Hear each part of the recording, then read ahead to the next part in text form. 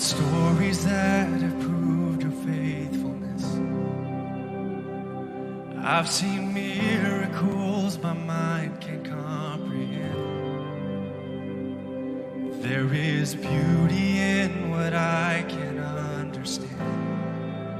Jesus, it's you. Jesus, it's you. Oh, I believe you're the wonder-working God. You're the wonder-working God.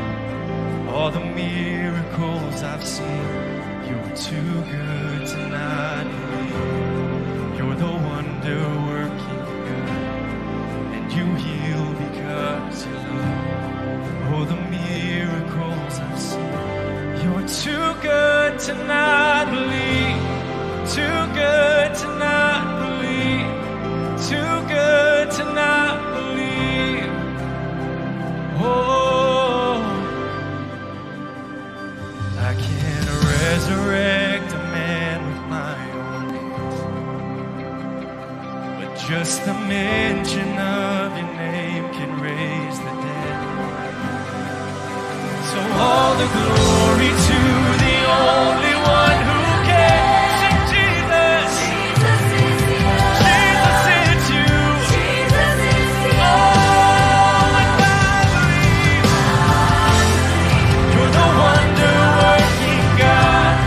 You're the wonder-working God. All the miracles I've seen, you're too good to not believe. You're the wonder-working God, and you heal because you love. All the miracles I've seen, you're too good to not, too good to not believe. Too good to not believe. After everything, Lord, you're too good to not believe. Too good to not believe. Too good after everything, Lord. You're too good to not believe. You're too good to not believe. Oh, and I've seen cancer disappear. I've seen metal plates dissolve. Don't you tell me he can't do it. Don't you tell me he can't do it. I've seen a real life resurrection. I've seen mental health restored. Don't you tell me he can't do it. Don't you tell me he can't do it. I've seen prodigals return. Don't you tell me he can't do it. Cause I know that he can do it. Troubled souls delivered. Addicts minded free. Don't you tell me he can. We'll see cities in revival.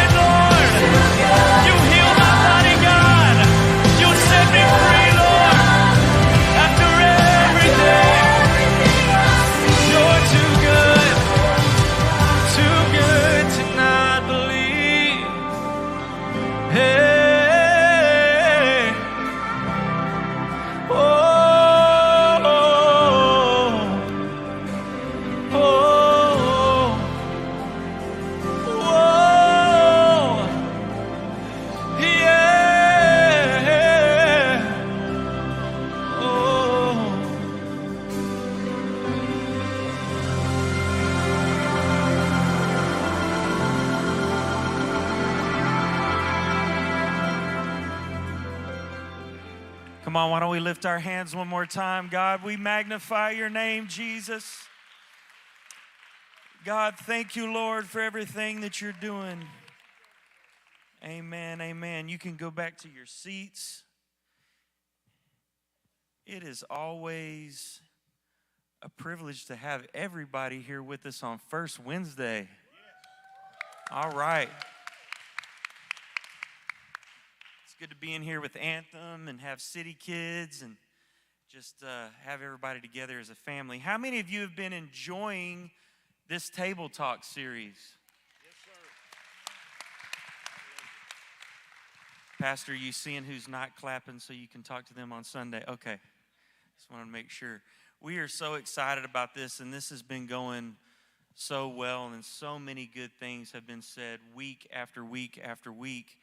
And I want to reiterate what Sister Macy said last week, and that is to thank you guys for your questions, because we want this to be, and what we wanted this to be when we came up with this idea was for you guys to have the opportunity to have the questions that you always want to ask, things you've been talking about as a family. And we went through that for the last 4 weeks, and we had a question that we posed just to students and to Anthem students specifically.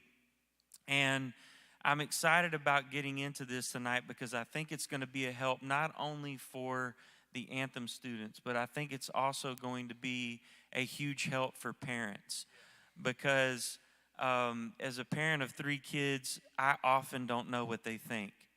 And I would like to tell you that, and we're having conversations often, and I still don't always know what they think. Now, there's times that they tell me too much what they think, but there's also times that I wish that I knew what they were thinking. And so we posed the question, I wish my parents knew ... And when we went through all of these questions, it was very sobering to go through all those and see all of the feedback that we received. But before we get started in this tonight, I want to introduce our panel. We've had the opportunity to do this every time, and we are very, very thankful to have our Director of Student Ministries, Austin and Yaeli Middleton.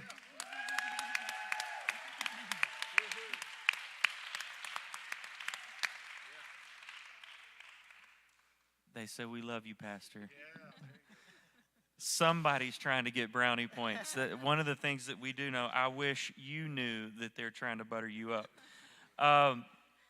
We're also very thankful to have with us our Growth and Development Director, our very own Trey Davis.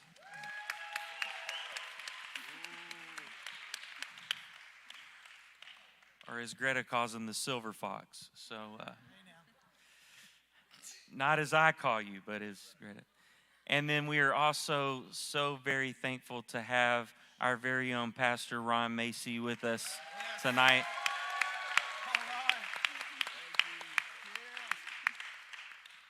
And a tremendous panel, and I know that there's going to be some great things come out of this tonight. But what we want to do is I'm going to go through some of these questions, and I'm going to give Austin and Yaeli the opportunity to answer these from a student standpoint, and then Trey and Pastor are going to answer these from an adult standpoint or a parent standpoint. So when we took all these questions, obviously we didn't have enough time to answer all of the questions, because I think just with the Anthem students, we had over 40 of these questions were answered. But what we tried to do is combine these questions, condense these questions down to where we could answer these in the broadest way that we could. So the first question that we're going to get into tonight is, I wish my parents knew how much I wanted open communication in the home. So Austin and Yaeli, I would like you guys to speak into this. In your experience, what kind of feedback do you get when it comes to students wanting to have open communication in the home? Yeah, so this is something that I've seen a lot of students struggle with and want to have with their parents, is this idea of open communication. And I want to preface everything that we mentioned tonight by saying that we're not parents, so obviously we're coming at this from a different perspective, more speaking, I guess, on behalf of the students. But as far as open communication goes, a lot of the students, of course, struggle with a lot of different things, tons of different struggles they have. But one thing that comes up a lot is that students are scared to speak to their parents about these things because they're too scared that they're going to be punished. They're going to have to face these consequences, or they're going to have that their parents are going to come down on them on some way. And of course, not saying that discipline is a bad thing or a negative thing, but a lot of times students do desire this relationship with their parents, to be able to communicate these things without having that fear of the parent kind of coming down on them. And I've seen this a lot speaking with many different students that tell me pretty much the same thing, that I really want to come to my parents about this, I want their advice, but I know that if I come to them, I'm just going to get grounded. And the reality is a lot of these issues that they're facing are much deeper. And so although discipline may, I guess, take something away from them and solve it for a short period of time, you're not really addressing the deeper issue that they're facing when they're struggling with these different things. Yeah, I would say that when a student does something wrong or makes a mistake, like he said, there's usually a deeper rooted issue. So instead of just coming down on them and saying, you're going to get punished, you're going to be grounded, like help them figure out why they did this. Because I feel like a lot of times parents may think that, if the child makes a mistake, it's kind of like a one-off mistake. But really, we should be helping them get to the root of the issue and trying to help them and guide them through that and kind of being like a mentor through that as well.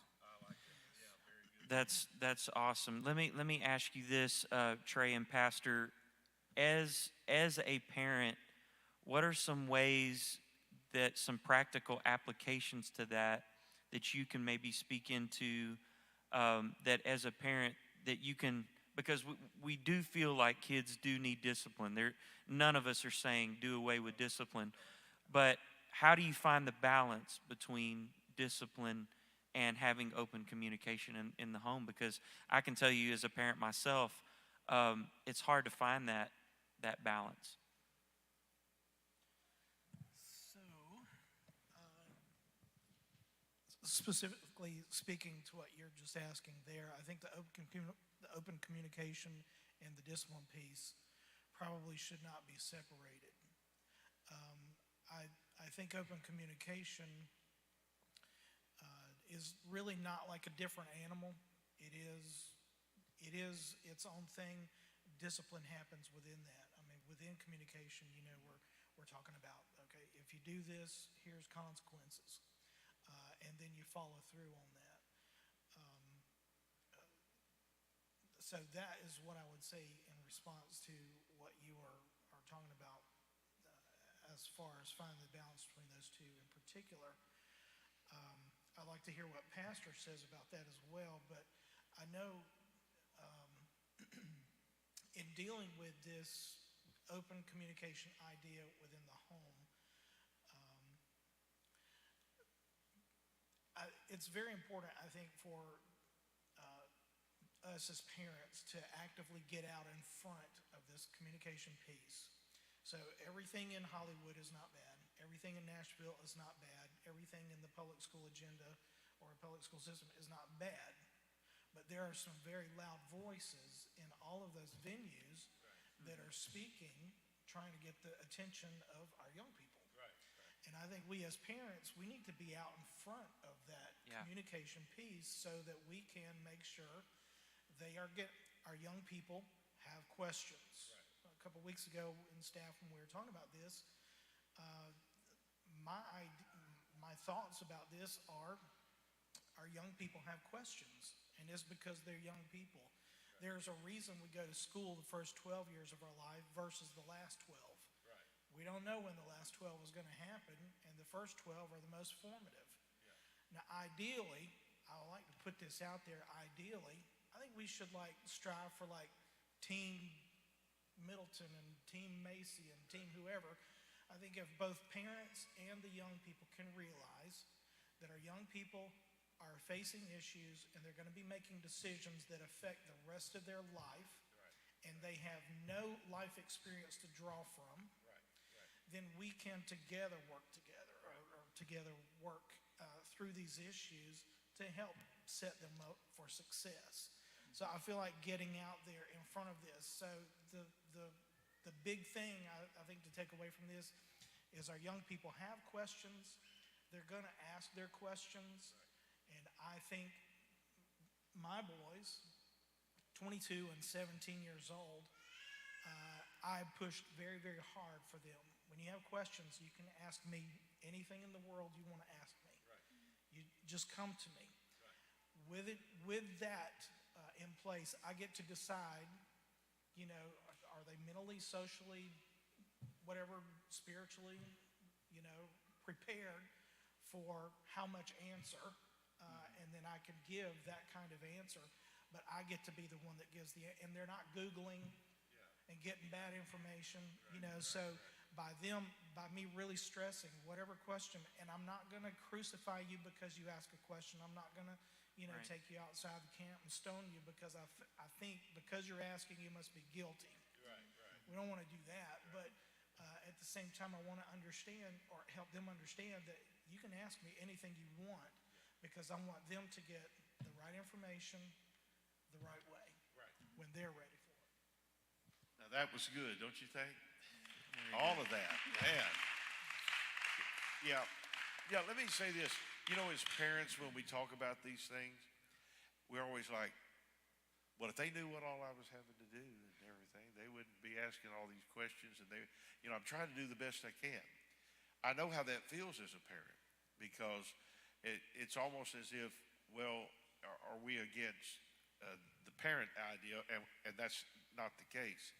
A lot of times we do things as parents because that's what our parents did. And so we just carry that on. When I was raised, there was no talking about anything that would have to do with any of the touchy questions. Matter of fact, we're not even allowed to say pregnant when I was growing up. Just telling you. They never told us that a woman was expecting a child. She was in the family way. Just throwing some of these things out to you, as archaic as it is. That was the you don't talk about those things. You don't speak of it. Nobody asks questions. Just because you ask questions doesn't make you a questioner of everything that stands for and believe or anything else. Where are you going to get the answers? I've had questions in my life. And parents have questions. They're talking about what our kids are thinking. When we were raising Brandon and Brittany, I pretty well knew that there were times, obviously, they weren't thinking. A lot of times. Because I would say, what are you thinking? But here's the thing. We don't have a blueprint. We don't have a book to go by. We're learning this as we go. I made a lot of mistakes. I acted in haste many times before I got the whole story. But there's something I think we need to all, as parents, we need to all take it to heart. The Bible said, if a man be overtaken in a fault, ye which are spiritual, restore such a one in a spirit of meekness, consider yourselves, lest you also be tempted. I'm just telling you, before you come down too hard, what about how you did? What about what you did? And I'm amazed at this, and I know what this is, and I'm not preaching this. It's not Sunday yet, but I'm amazed at this because we expect perfection a lot of times out of our kids, and we were anything but perfect. And we kind of use this excuse, well, I wanted it to be better than I was. I don't want them to have all of the things that I had. Well, that's true. We don't want it. We wanted to have a better thing. We wanted to have a better life. But we were kids. We were students. They are students.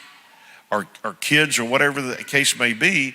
And so when you think of it in those terms, you realize, well, look, I had questions. I wondered why I couldn't go certain places and do certain things. But they didn't sit out and say, here's why. The environment there is bad. It's not a good direction. Never said that, because I said not to. And if Brother Kilgore said it, we didn't ask any questions either, because he said it. If Brother Kilgore said, jump, we just said, hi. That's all there was to it. But nowadays, people want to know, if I'm going to jump, why am I jumping? And that doesn't mean that you don't believe it. It doesn't mean that you can't lay hold of it.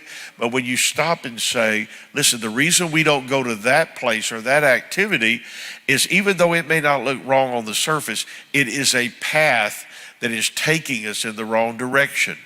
That makes a lot more sense than just, we don't go anywhere, we don't do anything, and y'all all live like us. We're older, we don't want to do anything on Saturday night. I don't understand why y'all want to do other things. I think as parents, we have to back that down a hair, where there is an environment conducive to question and open dialogue, not argument. We never let our kids talk back. That's not the dialogue we're talking about.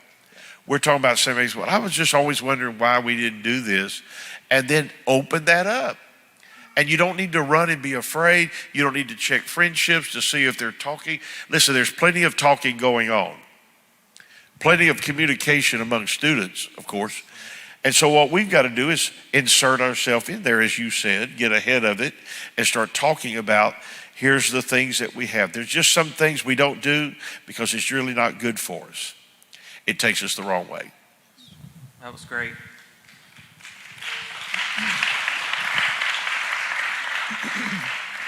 Can I add something to that? Sure.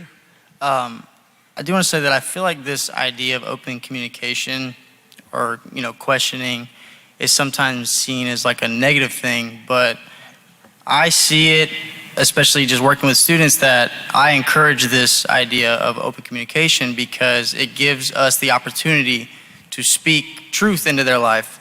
Because the reality is that, especially nowadays, the students are going to get their answers from somewhere.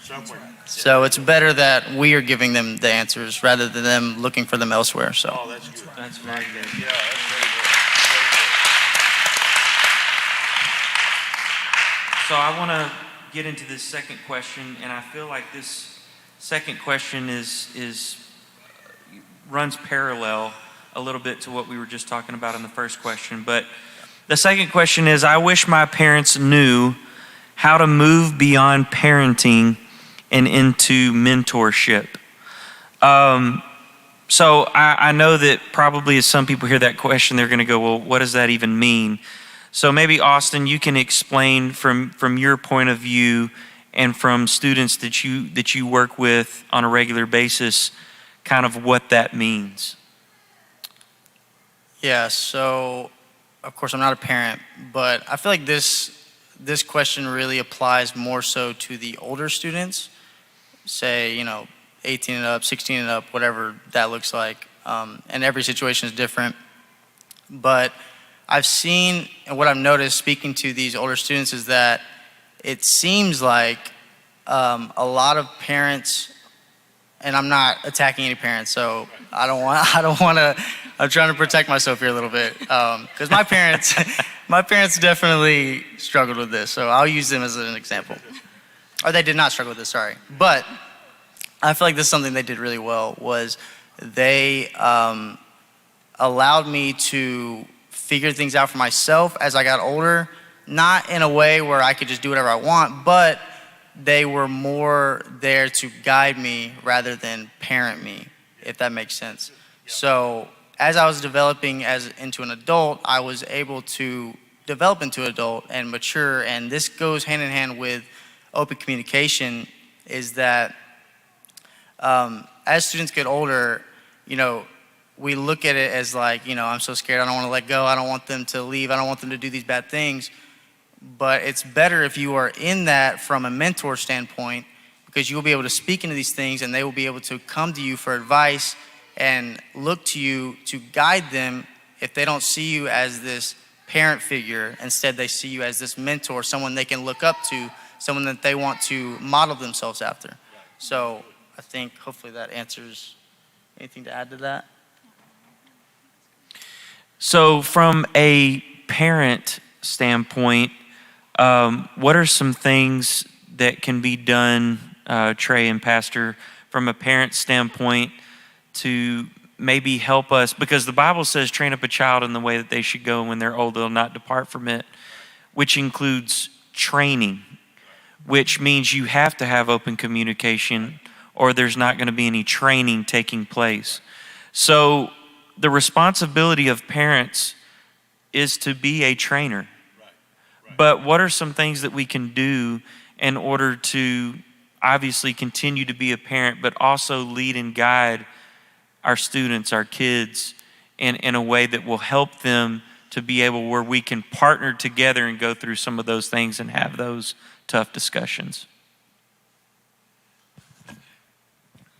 Well, again, let me say this. I didn't check all the boxes on all these things we're talking about here. I wish there had been times when we were raising our children that we would have had places and sources that we could go to and talk about some of these things, because it was just trial and error. And many times there was a lot of errors involved. I know we say we were raising our kids just like our parents raised us, and we turned out all right, so they've got to turn out all right too. But there is a possibility that you were raised wrong. Yep. Yeah. I know that's hard to get, but I mean, there were things that I feel like in my raising that were wrong. For instance, we're raised in the deep South. There was a lot of racial things back there. You know what this is in Georgia and that sort of thing. And they just did what other people had done from their childhood.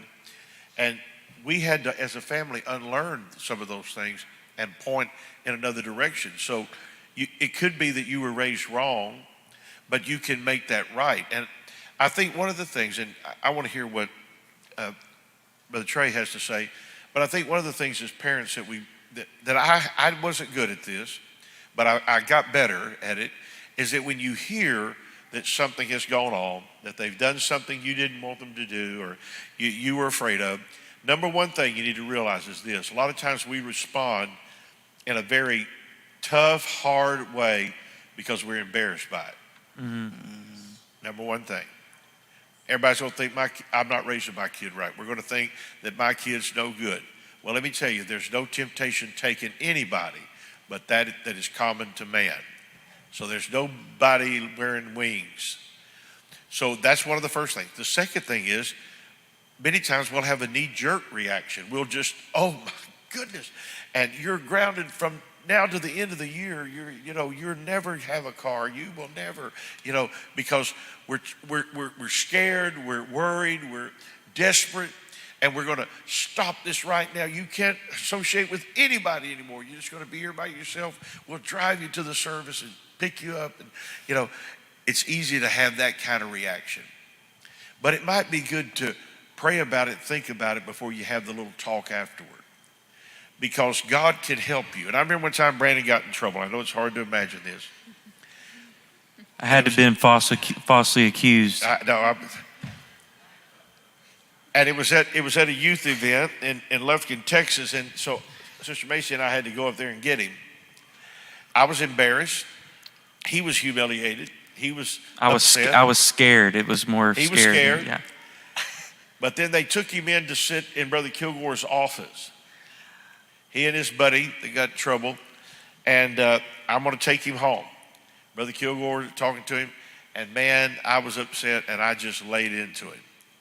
I don't remember what all I said because I was incoherent, unconscious. And here it is, I'm having to come up here, and this is my son, and they're going to think about me, and all these things are going through your mind. Well, I want to take he and his friend home with us. We're going to drive home with them, and I'm sitting there, and Brother Kilgore said, can they go on out? I want to just talk to you, man. I said, yeah. So I thought he was going to say, this is what you need to do, this is how you need to do it. You know what he said? He said, you need to back off that a little bit. And I was like, why? I mean, how? What? He said, No, he said, he's hurting. He's humiliated and embarrassed by this. He's sorry for it. But you need to pull that back a little bit because you can push that too far. And it taught me a valuable lesson. All the way home, I had already planned on what I was going to do. He would not have a car till he was 20. He would not be alone. He would not be out of the house. I had all these things. But after that little discussion, driving home, I began to think about, well, can this be corrected? Is this the unpardonable sin? Is it better to work toward restoring things and getting back on the path? And I don't mean there wasn't punishment involved, but it wasn't like that. And I think sometimes we need to be careful that we don't just act on something because we're upset, we're scared, or we're embarrassed, and then we create something that really doesn't need to be there. That's very good, very good. Again, everybody is speaking from influence tonight. When I was looking over this afternoon, the first thought that comes to my mind is, as a parent, I look back at the way that I worked with my boys. I was called a disciplinarian by the authority in my life, but I never really see myself as that. I wanted to be. What I consciously chose to do was try to be the influencer. We mentioned this last week on this panel, talking about the power of influence. It can be good or it can be bad, and there's a lot of influence in the world. I just alluded to that a few minutes ago. In my home, I wanted to be the primary influence, and I wanted my voice, not volume-wise, but I wanted my voice to be the loudest the boys could hear. So whether they were with me, or they're in the mall with their friends, or they're at school or whatever, I want them to hear their dad's voice in their head. So I wanted to do it not with the authoritarian, harsh kind of thing. I want to do it with a firm hand, but I wanted to do it with, balance, with compassion. So I don't know at what point we go from they're too old to spank to we're just going to lecture and then we're going to get into they're on their own. But I do know that there is a transition in that. And for my two boys, one was a little younger when that happened. The other was a little older because all our kids are different. But I want to add to that by saying I appreciate what Pastor just mentioned about when you discipline. I think we really need to understand, and I'm talking about choosing influence over the authoritarian type of disciplinarian. We need to understand why we're disciplining our young people in the first place. Is it, as Pastor just mentioned, is it because they've embarrassed us? Or is it because we're trying to teach them the right way to, proper behavior? Are we trying to teach them self-discipline? And self-discipline is a huge thing, right? Because so many people lack self-discipline, I would say, is one of the reasons we have police officers, lawyers, and judges now. Because the principle behind discipline is either I discipline me or somebody else is going to discipline me. And I want to be the one because I've never been to jail, but I hear it ain't fun. So I don't want to do that. I want to put those same options out there in front of my kids. So when they were younger, and I've got a couple short stories I try to tell you to make the point, but when they were younger, I tried to give them options, right? So you go do this, this is what's going to happen. If you don't do it, you're cool. Like if you'll go clean your room, here's what can happen. If you don't do it, I'm going to tan your hide or whatever. So at some point or another, and sometimes that language, it's fluid. Sometimes it's going to, I'm going to spank you or something. Then they get older and I'm going to put something on you, Ajax won't take off. Well, at whatever stage that is, we have to remember why we're doing what we're doing, right? So I have a couple conversations. Years ago, Carter was, I would say, 8, 9 years old enough to play by himself, but we had him play in the backyard. As Mom and I were telling you, need to be in the backyard. Don't play out in the front yard. We don't have as good a view of you and the environment there. We can see you better in the backyard. So you can go back there and play. You know, we don't know who's going on. He said, but why can't I go play in the front yard? I'm like, because we don't know, you know, people walk and cars can drive by or whatever. I never used the word kidnap. But Carter came to that conclusion. He was a big sword fan. He had all his little plastic swords, a couple airsoft or Nerf guns or whatever. And a few minutes, just a minute or so, 2 minutes later, he come into the living room, dropped all of his toys right there in the middle of the floor, laid down on the couch and was huffing, crossed his arms over. I said, what are you doing? I'm not going outside. I told you could go outside and play in the backyard. I wanted to go in the front, but I don't want to get kid-snapped.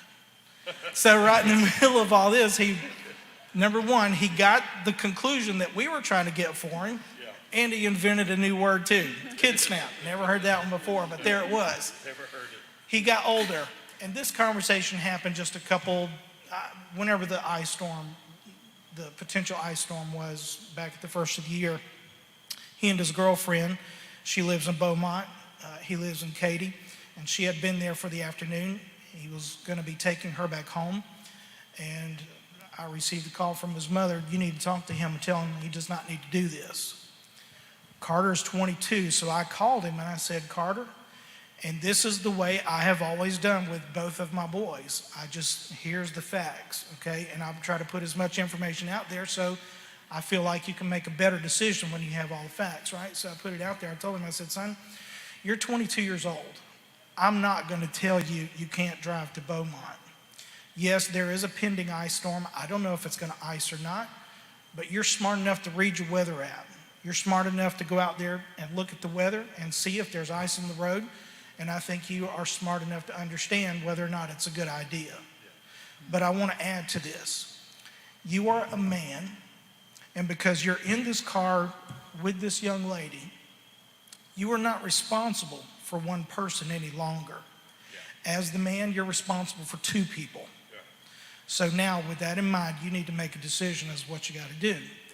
He was able to follow through. So the point of the story is I tried to give them as much information as possible, because I can't say to him, you know what, you're going to get out there, the road's going to ice over, you're going to wreck your car, I'm going to come find you, and what am I going to do? He's 22 years old. There's nothing I can do. He's going to be paying for these consequences, a wrecked car, someone gets heart, medical bills, whatever. He's going to be paying in a lot of different ways. The idea was to help him make the decision. A few weeks ago, Miles got him a new car, and we took it out to Katy, and I gave him the keys. I said, you're responsible for this thing, and you're responsible for you, and you're responsible for everybody around you now. And I said, I'm not telling you that you can't speed. I'm not telling you I'm not saying any of that. I am telling you that you're now operating a machine that can kill people. Right. And you need to drive with that in mind. Right. So I have tried to lead my boys, and this is just from my experience, I've tried to do that because I don't want to be the disciplinarian. Bless God, you're going to do it, and you're going to do it because I said so, and you're not going to do it because I said you can't do it, and all. I want to give you facts. I want you to be able to, because I may not always be able to be there to walk them through this. I want them to learn how to think through and make decisions for themselves. So the takeaway for me is my authority as a parent is not diminished because I give responsibility to my young person as my child, whatever, and I treat them as a responsible adult. Right. I'm still as much in authority as I was before I did that. And what I don't want to do is lead or try to lead one or say one thing and do another thing. I want to lead by example, right? You know, telling them you need to get outside and play because you need your exercise while I'm sitting on the sofa watching my favorite soap opera is not going to fly. You know, pizza sauce and pepperoni on my chin. They're not going to buy what you're telling them right there. Yeah. I want to lead by example. So that is my take on this. You lead with the end in mind. That's good. At some point or another, your kids are going to be older, and they're going to leave home. Yeah. And do they want to be around you? Do they want to hear anything you have to say at that point? That's something that you need to keep in mind. That's good. Very good.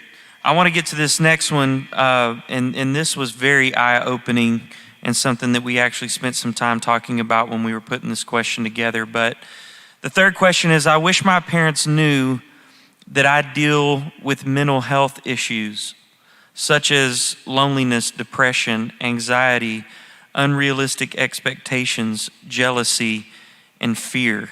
And all of these were named. And I remember as we were reading these that we were just like, wow, we had no idea that students are going through all these things. And you guys, working with students, what are some of those things that you're seeing in conversations that you're having pertaining to some of these things? Yeah, so this is a huge topic that we deal with, especially with this generation. This generation's mental health issue numbers are through the roof. You would be so surprised at how many students that you would not think deal with issues like this. I would say the most common ones are definitely loneliness, depression, and anxiety. And I think a lot of the mental health issues kind of go hand in hand of, they're really connected in a lot of ways. And one of the things that I guess causes this and that I notice speaking to students that deal with these things is the amount of pressure and that they face from society, from parents, from, outside sources, this idea of, performance. And I think society has put so much pressure on these students that you would be so surprised speaking to them with social media and everything. The expectation that these students face and put on themselves even is crazy. They are, even on especially on social media, like they're expected to look a certain way, be a certain way, have certain things, and all of these pressures combined really kind of pushes them in and makes them feel isolated, makes them deal with these depressive things, and especially anxiety, I think, is a big one that a lot of students face, because with these pressures, they feel so anxious. They feel like everything they do is under a microscope. They have to have straight A's, but then they also have to be doing sports perfectly. They have to look this way. They have to have the best car, because they see everything is so about comparison, because at any moment you can look on social media, you can see what the cool thing is. You can see what everyone is expecting of you. And Pastor actually gave me a booklet here recently called Comparison, the Thief of Joy. And I think it's more relevant now than it's ever been. These students are dealing with that, and depression, anxiety, and loneliness kind of all go hand in hand. And I would encourage you not to neglect these things in your students, because, we champion physical health, but then we neglect mental health. But I think both of these things really go hand in hand and are equally as important. So I think do you have anything to add to that? Do you want to speak a little bit on depression more specifically? Oh, yeah. Well, I guess to speak on depression, that's something that when I was younger, I dealt with pretty heavily. And I think I've just recently spoken to quite a few students that deal with this depression idea, or not idea, but they deal with depression. And so how was it explained to me, just to give a little insight on depression specifically, is that there are two, and I'm not a psychologist, I'm not an expert, I don't have a degree, but I have seen a lot of experts. So this is how they explained it to me, was there's two major types of depression. There's clinical depression, and then there's situational depression. So situational would be faced from like any sort of situation, could be caused by divorce, a change in the home, maybe you move to a new school, or maybe you've experienced a loss. This is more temporary, but then what we're seeing now is a lot of clinical depression, which could be caused by situational. Situational can develop into clinical, but it's more of, something that you may not expect someone to have, but it can be genetic. It can be caused by a lot of different things. So I would say don't neglect this idea just because you feel like, like for me, when I brought it to my parents' attention, they, I told them how I felt. I didn't know it was depression, but I was like, hey, I feel like I'm walking around with a dark cloud over my head all the time, every single day. And they were like, what? I mean, we gave you the nicest car, you have the nicest things, you have everything, your life is perfect. How could you be feeling this way? And that's kind of where this clinical depression idea comes in, is that it just because you feel like your student has it all together, just because they seem okay on the outside, does not mean that they're not dealing with some sort of mental health issue. That's good. I would just add that I obviously grew up with Austin, and I was with him as he was going through his depression, and I personally have never dealt with depression or anxiety. So it was really hard for me to understand that mindset, that state of mind of being depressed. So I would just encourage the parents, just because you can't relate to that, try to have empathy for that situation and try to understand that more, because as someone that doesn't deal with it, it's really hard to understand that. It's really hard to understand how someone could be so sad all the time if they have it all together. But I mean, it's a really hard thing to deal with. So just try to have that empathy and that compassion, even if you don't fully understand it for yourself. That's good. Words from Trey and Pastor on that. Well, thank you. I thank you for going back to that, because just because it looks like a person's got it all together, that's the whole thing. Sister Macy and I met with a pastor some time ago and his wife. They wanted to talk to us about some things that had happened in their life, and then they began to talk to us about him having this severe depression, something we had no idea. We were totally stunned, shocked, to the place of not wanting to live. And the part that you deal with is the fact that I'm a child of God. How can I be dealing with any of these things? So I can't tell anybody this, because if you've got something where you're walking around with a cloud over your head, then, well, get joy, brother. Get out here and do those things. But you don't get joy. It has to come from the inside. I mean, it's got to spring up. And in this case, it was situational, but it was some things that hit you so hard. There are things people go through, even unrealistic expectation. I was glad to hear that, because we want our kids to be achievers. If you'll notice on social media a lot of times that even when children are just brought home from the hospital, they're world changers.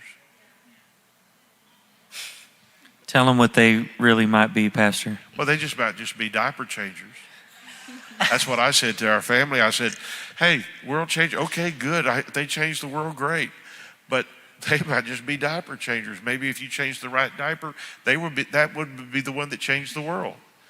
But whatever it is, that expectation of what they're going to do and achieve is hard to meet that mark. Mm-hmm. You get a son, a father who's preachers, then everybody's making the comparison. Everybody thinks you ought to be a certain way. When our kids struggled with anything that they felt, anxiety or depression or low self-esteem, everybody's like, how could you have low self-esteem? Well, you can have it. You can have everything that you want in life and still feel empty. You can. We read this the other day. Elvis Presley told somebody one time, he said, I've got all these things, but he said, at the end of the day, I still feel like I'm empty. How can that be? Yeah. Well, it doesn't matter where you are in life. If that's the way you feel on the inside, then that becomes reality to you. And we do have to have greater understanding of what people go through and not set the bar so high that they can never obtain it. And then anxiety comes about because I've got to be the straight A student. Everybody's not a straight A student. Right. I remember when I was failing in school, and I finally, my dad was trying to get me to get it up to at least a C. And it wasn't, I don't think, because I wasn't intelligent. It was because I wanted to run out and play, and I never studied. I thought I would just pray and the Lord would help me. And he didn't. But the thing my dad told me one time, though, and I said, but when I got that U in conduct, unsatisfactory, he said, even people who are stupid can keep their mouth shut. Yeah. What a revelation that is. I think you passed that one on, because I remember hearing that myself. I'm just telling you. Even a dummy can keep their mouth shut, I think is what you said. Yeah. But Brandon, he couldn't help it. It was out of his control. People were talking to him, and he had to talk back. It wasn't his fault. But we kid about that now. But I say that to say that there's some things you can't be. You want to do the best you can. But the best you can be may not be someone else's best. And we need to say, we've got a good family here. And if our students are walking with God, our children love the Lord, that's a big win. Mm-hmm. They may not be perfect, but that's a huge win. And as parents, let me say to you, and we'll move on to these next ones, but let me say to you, get up sometimes on Sunday morning, and when kids do things, they didn't clean up, they didn't do all the stuff, and that's all part of it, of living. But when you do that, stop and say, did I go get anybody out of jail this weekend? Yeah. Did I have this happen? Are we dealing with drug addiction and problems and taking people to AA and counseling? Or did we just have, they need to pick up the clothes? There's some good wins. Yes. If we can focus on those and then encourage the other activity, I believe God will help us. That's awesome. And let me say this because I want to get to this last question before we get out of this. But question number 4, which I feel like also kind of goes with question 3, was I wish my parents knew how badly I need genuine affirmation from them. And this was said by several students. You guys want to speak into that? Yeah, so I think this, again, kind of stems from the era we're living in. And let me just say that I am amazed at how quickly culture is shifting and changing and moving. Mm-hmm. It's been 5-6 years since I graduated high school, and in those 5-6 years, I thought when I was in high school that things were crazy, but speaking to these students, things are crazy. Let me tell you, there is some crazy things, and you would be shocked. But with that said, about the affirmation, I think students are seeking this affirmation because of, they seek it from other places. They're going to seek it from somewhere.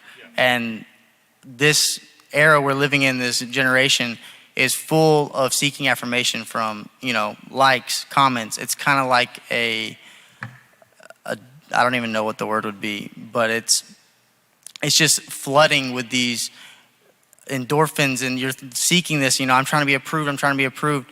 But then we're seeing that a lot of parents are not giving that to their students. They're giving them more pressures, and as they face these pressures, they just feel more anxious and more anxious. They have to perform and perform, but then no one is telling them that, hey, you know what? You're doing a great job. Or you know what? I'm so proud of you for doing this. And of course, we want to, and I even do this with our students, I want to see them do their best. And when they do something wrong, I want to correct them. I want to say, hey, you got to stop doing this. But at the same time, we cannot come down too hard on them. We have to just more affirm the good things they're doing, and of course correct when it needs to be corrected. But I think these students really seek this affirmation, this idea of being affirmed, especially by people, their parents, people that they look up to and love and really value their opinion, because they get empty affirmations all the time. But to get it from someone that they really respect and look up to, that means a lot more than just receiving all these other affirmations from outside sources. That's good. Trey and Pastor, what do you guys, or what can y'all say to parents about, maybe some practical things that we can put in to action? Pastor recently made a statement on Sunday morning. We can love everybody, but we don't have to love everything. I think that applies here to our young people. There is a time where we can let them know that we love them. And that's probably every day. Right? That should be like a couple times a day. Every time I'm with my boys, I tell them I love them. As a matter of fact, I've had a couple conversations where I reminded them, I don't know of anything in the world that you could do that would change how much I love you. And I've told them, you're never going to know how much I love you until you have your own kids. But my goal in life is not to prove to them that I love them. My goal in life is to set them up for success. And I do that by loving them and affirming when they get it right. When they don't get it right, yes, we do.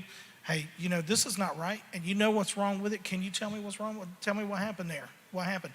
And you're better. You do better than this. You've done this many times before, and you've done better. There's a lot of ways to correct in a positive kind of way, but I don't think we need to feel like we have to either affirm or love. I think we need to love, and where we can, we need to affirm, and we need to do it right, right? Oh, they passed their math test. Let's go buy them a new car. That's not right, because there's nowhere else in life where that kind of affirmation is going to happen. You're setting them up for failure by doing that. So I can love them, I can affirm when they're getting it right, and the best way to affirm is to show them, tell them specifically, here's what you did. And I like the way, point out something. Don't just say, you're a good kid, and walk on thinking that you're affirming them. That's not what they're looking for. What they want to know is, what did I do right? Right. I mean, back in my day. You gotta say it. No, so I graduated. He mentioned, 5 or 6 years ago graduating. It was a little over 30 years ago that I graduated high school, and a lot has changed since then. But anyway, setting that aside, I know I don't look 51, but it's okay. When I look at affirmation, even at my age now, there are times where I look for affirmation. It's not one of those things that, as an individual, we grow out of. Right. We want that from our pastor or leader in our life or whatever. We want that from our husband or our wife. Our children need that. And by you affirming them in a proper way, that area is set up for success later on down the road, because they know what proper affirmation looks like, not a propped up kind of good word to get them through this day. So that's kind of all I got. One last thing. Go ahead. Let me say this. I am so thankful God sent us Austin and Yayeli Yes. to be at Yes. this stage of our life. They are doing an amazing job. But I think it's just noteworthy. Our moderator, y'all, others, one of the men on my board right here, PJ, and others. It's amazing that each one of these had points in their life where they had struggles. It wasn't perfect. They struck out. But that wasn't the end of the line. Yes, it was silly. Yes, it was the wrong thing. But they corrected. Yaeli had moments in her life. Looked like, how's her course going? Where's that ever going to be? All of a sudden, this takes hold. And it begins to go forward. And they become leaders of those that at one time you needed to be led.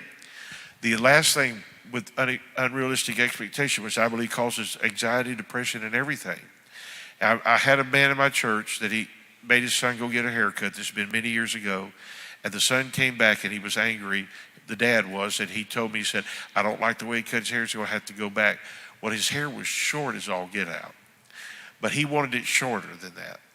It would have been shorter than any of the other guys in the youth group had their hair cut. But that's the way Dad did it, and that's the way he wanted to do it. I just think sometimes there's nothing wrong with being fashionable. There's nothing wrong with students being updated. They don't have to dress like us, and I hope they don't. And student pastors and others do not have to dress like me. I would love to dress like them if I could fit into those kind of breeches. But thus, the big boy pants. I'm saying that these things are not things that we should put on students because we didn't like it when we were growing up. Yeah. They have their music. It's not the devil's music, but it's music that maybe is not our style of music. Nothing wrong with that either. And if we encourage them, we can steer. But the last thing we need to do is drive it so hard we're off of the wagon and then somebody else is holding the reins.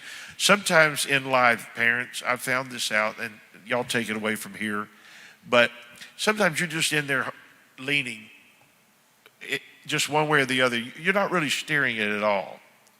You're just holding on and just trying to move in such a way that at least it'll go this way a little bit, it'll go that way a little bit, but by the grace of God, we can get to the other side. I'm thankful that we have the most wonderful students and student leaders. It is incredible. We're blessed. Why don't we give this panel a hand one more time as we stand to our feet?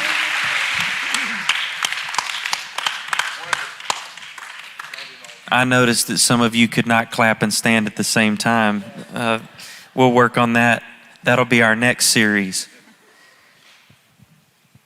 I think the common theme tonight is we need to be sitting down as families, and we need to be talking about these things, and we need to be doing it together. The world is hard enough to live in with us being opposing with each other and opposing each other. We need to be working on this together. So they're putting some resources up on the back screen back here.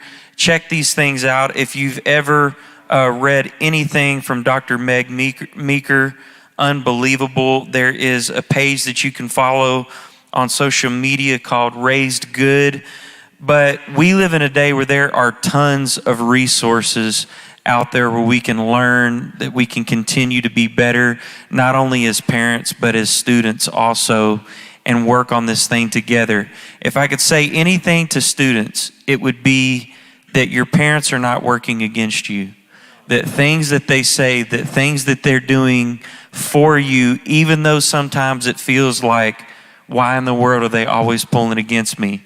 I can promise you that they're doing it from a place of love, and they're doing it to protect you and try to help you. If I could say anything to myself and to other parents, it would be, we need to make sure that we are open-minded to where our students are and where our kids are. Because we were talking about this before we came out, and Austin said, you know, pretty much every generation thinks that they had it harder than the generation before that. And my grandpa used to say to me, well, we used to walk in the snow, you know, every day at school. And I was like, you lived in Houston. It doesn't snow.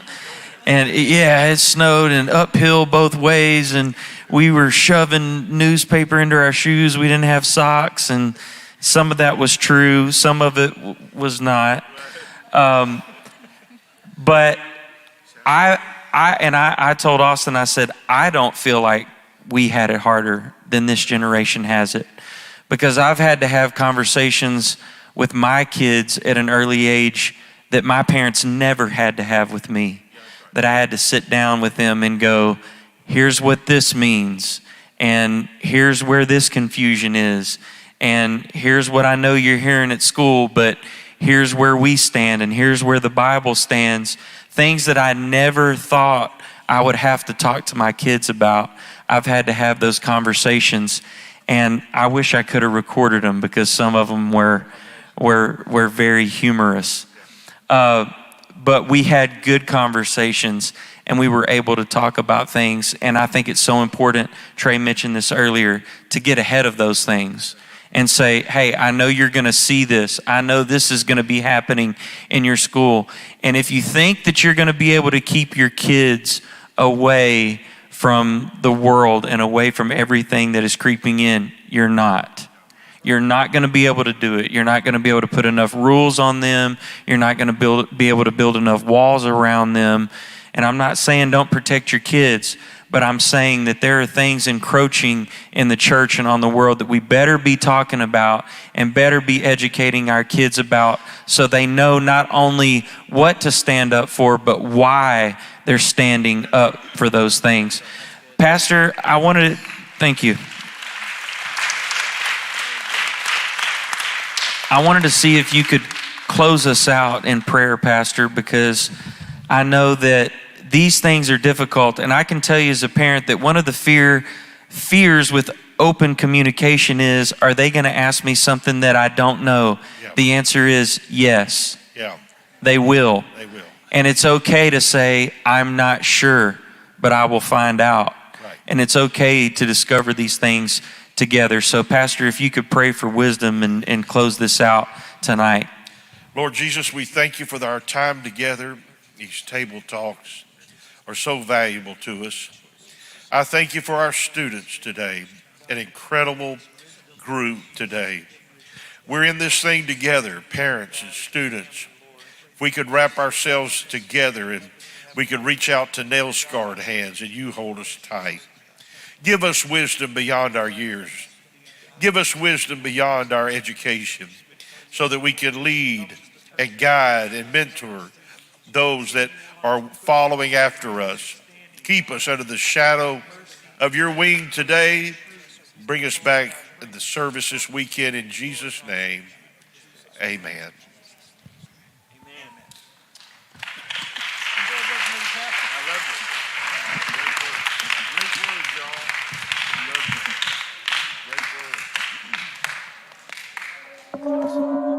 Great word.